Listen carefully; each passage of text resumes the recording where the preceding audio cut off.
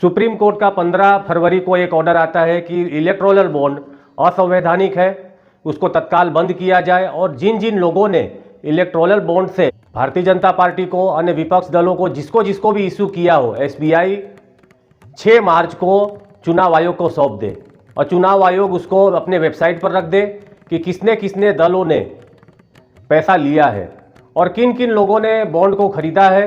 Bond की एक सीमा होती है, 15 दिन के अंदर वो जमा करना पड़ता है। और बॉन्ड के ऊपर एक कोड भी होता है, वो बैंकों को पता होता है कि हमने किसको इश्यू किया है।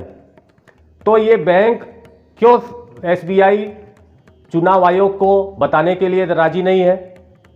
सुप्रीम कोर्ट का ऑर्डर है जब आ गया कि 6 तारीख को आप जमा कर दीजिए किन किन लोगों ने पैसा दिया है और किन किन दलों को दिया है।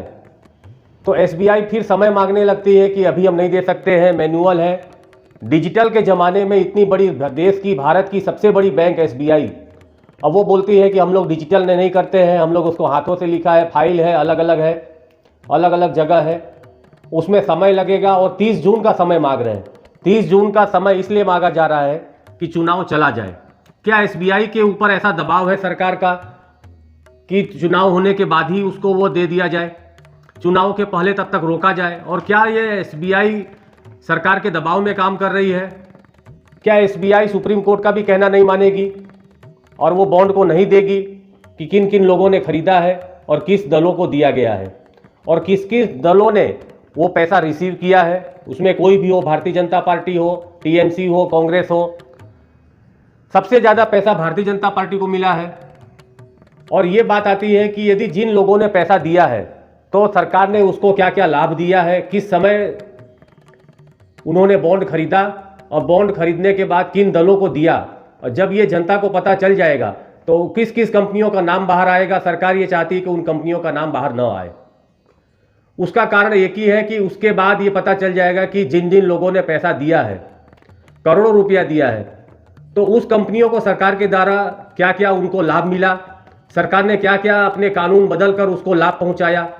कोई भी करोड़ों रुपया ऐसे नहीं दे सकता है, उनको कुछ ना कुछ उसके पीछे लाभ होता है। सरकार की ये मंशा है कि किसी भी तरह उसको चुनाव के पहले ये चीज़ बाहर न आए। यदि ये बाहर आएगा तो बहुत एक से एक परतें खुलते जाएंगी। कब कब पैसा दिया गया, उस समय किसको लाभ दिया गया, किन किन कंपनियों का नाम आएगा। उसके चलते, सरकार के दबाव के चलते एसबीआई देने के लिए तैयार नहीं है, सुप्रीम कोर्ट का ऑर्डर होने के बाद भी। और यदि 30 जून को चुनाव के बाद यदि वो देंगे तो उसका कोई महत्व नहीं रहेगा। फिर वो कोई ना कोई बहाना निकालेंगे कि इसमें जो जो पैसा दिया है उसका नाम गुप्त होना चाहिए। अलग अलग प्रकार से कानून हो सकता है बना डाले संसद में, फिर वो ठंडे बस्ते में चला जाएगा। तो क्या ऐसा डर है चुनाव के पहले कि उन लोगों का नाम बाहर नहीं आना चाहिए, किसने पैसा दिया है और किन किन दलों को दिया है? उन दलों का नाम आ जाएगा बाहर, उस उद्योगपति का भी नाम बाहर आ जाएगा और सरकार ने उन पैसे वालों उद्योगपतियों को क्या क्या सुविधाएं दी है, क्या क्या उनको लाभ मिला है, वो सब बाहर आ जाएगा। तो देखिए इस समय, आगे आने वाले समय में एसबीआई देती है कि नहीं देती है, लेकिन सरकार और एसबीआई पूरा का पूरा कोशिश करेगी नहीं देने का। और ऐसा लगता है कि हर जगह एक ही चर्चा है कि सरकार और एसबीआई किसी भी तरीके से, सुप्रीम कोर्ट कुछ भी कहे, कितनी भी फटकार लगाए, एसबीआई देने के लिए तैयार नहीं होगी, क्योंकि उनके ऊपर सरकार का इतना बड़ा दबाव होगा। तो एसबीआई किसी भी तरह जो उनकी नियुक्ति होती है वो सरकार के अंडर में ही होते हैं। और यदि ये नहीं दिया गया चुनाव के पहले तो क्या सुप्रीम कोर्ट की साख के ऊपर भी कोई प्रश्न उठेगा कि सुप्रीम कोर्ट ने केवल फटकार लगाई और नतीजा चुनाव के पहले नहीं ला पाए? तो नतीजा जनता को जानने का अधिकार है। जनता को पता चलना चाहिए चुनाव में वोट से पहले कि किस किस लोगों ने पैसा दिया है और किसने लिया है।